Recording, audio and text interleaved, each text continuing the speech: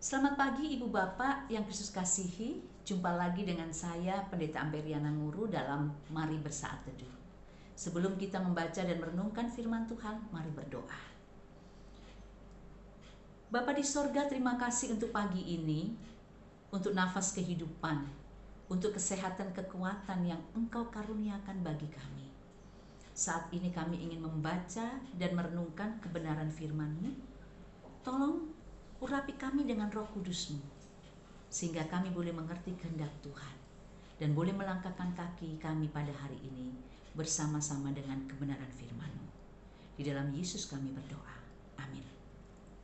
Ibu Bapak Saudaraku, perikop kita pagi ini terambil dari 2 Korintus 1 ayat 3-11 yang memberitakan, Terpujilah Allah Bapa Tuhan kita Yesus Kristus, Bapa yang penuh belas kasihan dan Allah sumber segala penghiburan, yang menghibur kami dalam segala penderitaan kami, sehingga kami sanggup menghibur mereka yang berada dalam bermacam-macam penderitaan dengan penghiburan yang kami terima sendiri dari Allah.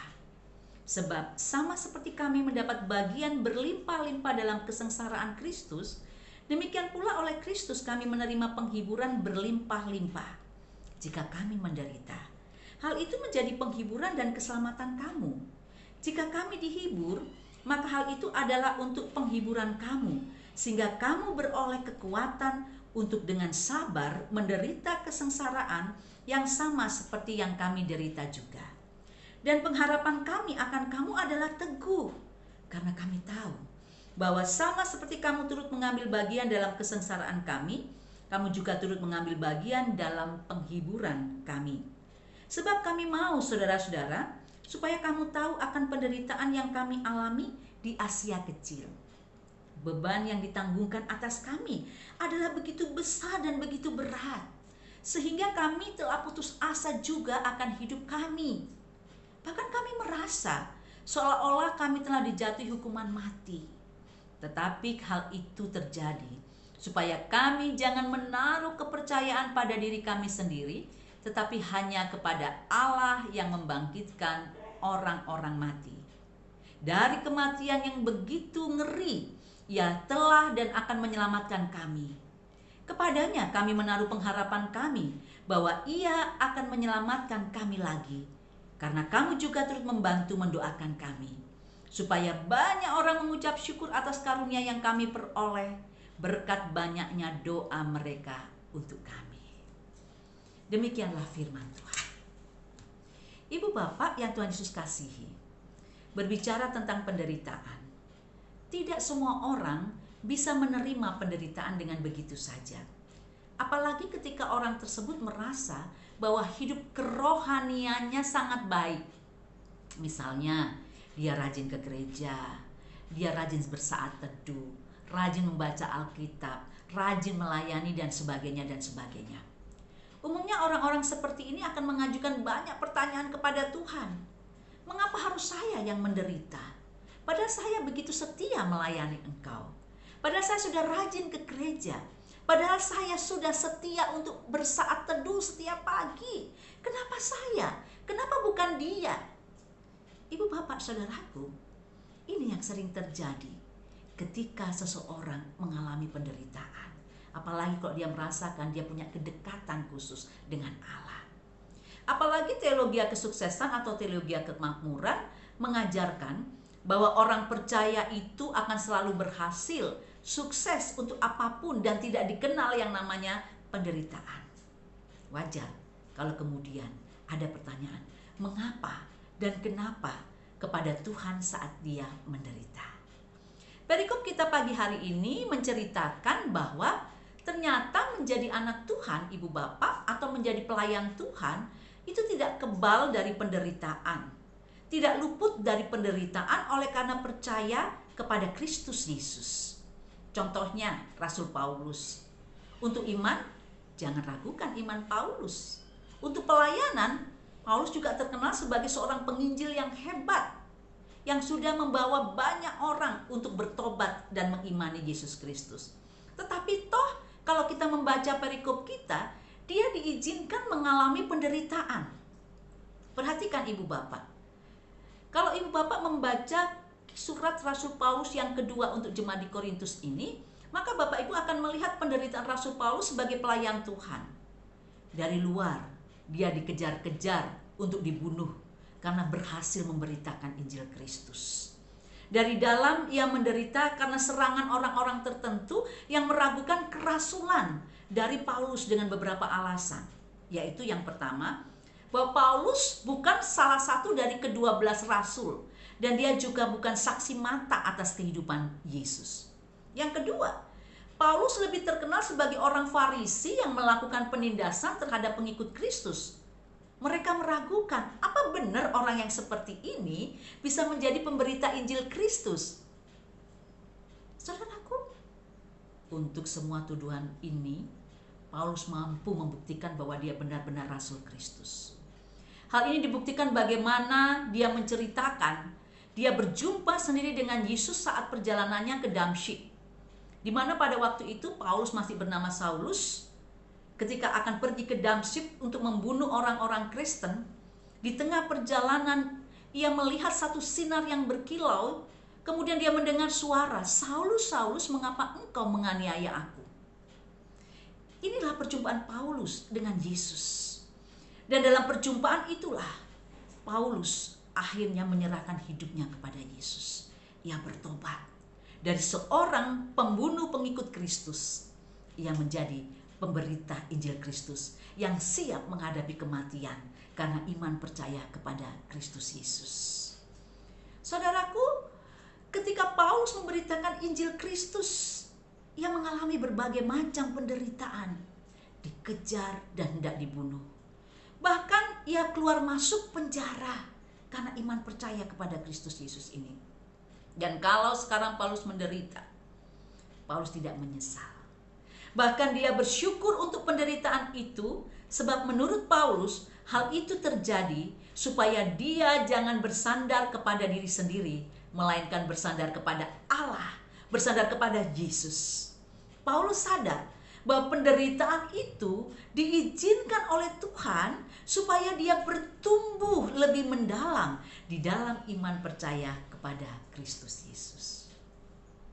Ibu Bapak yang Tuhan Yesus kasihi, dari firman Tuhan ini kita belajar yang pertama, menjadi anak Tuhan, bahkan menjadi pelayan Tuhan, ternyata tidak luput dari penderitaan. Atau ibu bapak dan saya tidak kebal dengan penderitaan. Hal ini sesuai dengan perkataan Yesus di dalam Lukas 9 ayat 23. Setiap orang yang mau mengikut aku, ia harus menyangkal dirinya, memikul salibnya setiap hari dan mengikut aku. Saudaraku, di kalangan orang-orang Yahudi, ketika seseorang mengikuti seseorang, maka dia harus berjalan di belakangnya. Mengikut Yesus berarti kita berjalan di belakang Yesus. Perjalanan apa yang dilalui oleh Yesus, saudaraku? Perjalanan yang dilakukan dan dilalui oleh Yesus adalah perjalanan via dolorosa, jalan salib, jalan penderitaan. Dan ketika ibu bapak dan saya mengatakan saya mengikut Yesus, maka jalan itulah juga yang harus ibu bapak dan saya lalui. Tapi jangan takut, saudaraku. Di setiap pergumulan yang kita alami, Tuhan turut bekerja dan selalu memberikan pertolongan dan jalan keluar. Sebab firman Tuhan berkata di dalam 1 Korintus 10 ayat 13. Pencobaan-pencobaan yang kamu alami ialah pencobaan-pencobaan yang biasa, yang tidak melebihi kekuatan manusia. Sebab Allah setia, dan karena itu Ia tidak akan membiarkan kamu dicobai melampaui kekuatanmu. Pada waktu kamu dicobai, Ia akan memberikan kepadamu jalan keluar, sehingga kamu dapat menanggungnya. Ayo, saudaraku, bersama-sama firman Tuhan ini, jangan takut dengan penderitaan, karena iman percaya kepada Kristus. Lalui penderitaan itu, karena ketika kita setia melalui penderitaan itu, maka mahkota kehidupan akan tetap menjadi milik ibu bapak, saudara dan saya. Yang kedua, firman Tuhan mengajar semua orang percaya bahwa janganlah di dalam penderitaan kita kehilangan pengharapan. Paulus mempunyai alasan yang kuat untuk menaruh kepercayaannya kepada Tuhan, karena dia tahu hanya Tuhan saja yang sanggup menolong dan menyelamatkannya. Di dalam ayat 10 Paulus mengatakan, dari kematian yang begitu ngeri ia telah dan akan menyelamatkan kami. Kepadanya kami menaruh pengharapan kami bahwa ia akan menyelamatkan kami lagi. Mengacu kepada firman Tuhan ini. Kalau sekarang ibu bapak saudara sedang mengalami penderitaan, ayo jangan takut. Anda tidak sendirian. Anda bersama Yesus. Dia pasti akan menolongmu asalkan Anda mengundangnya terlibat di dalam kehidupan Anda. Kalau sekarang Anda sedang terlibat pelayanan Tuhan di gereja dan Anda sedang mengalami pergumulan, ayo jangan menyerah dan jangan kehilangan pengharapanmu. Mungkin sama seperti Paulus, Tuhan izinkan Anda menderita supaya iman Anda semakin bertumbuh dan melekat kuat kepadanya.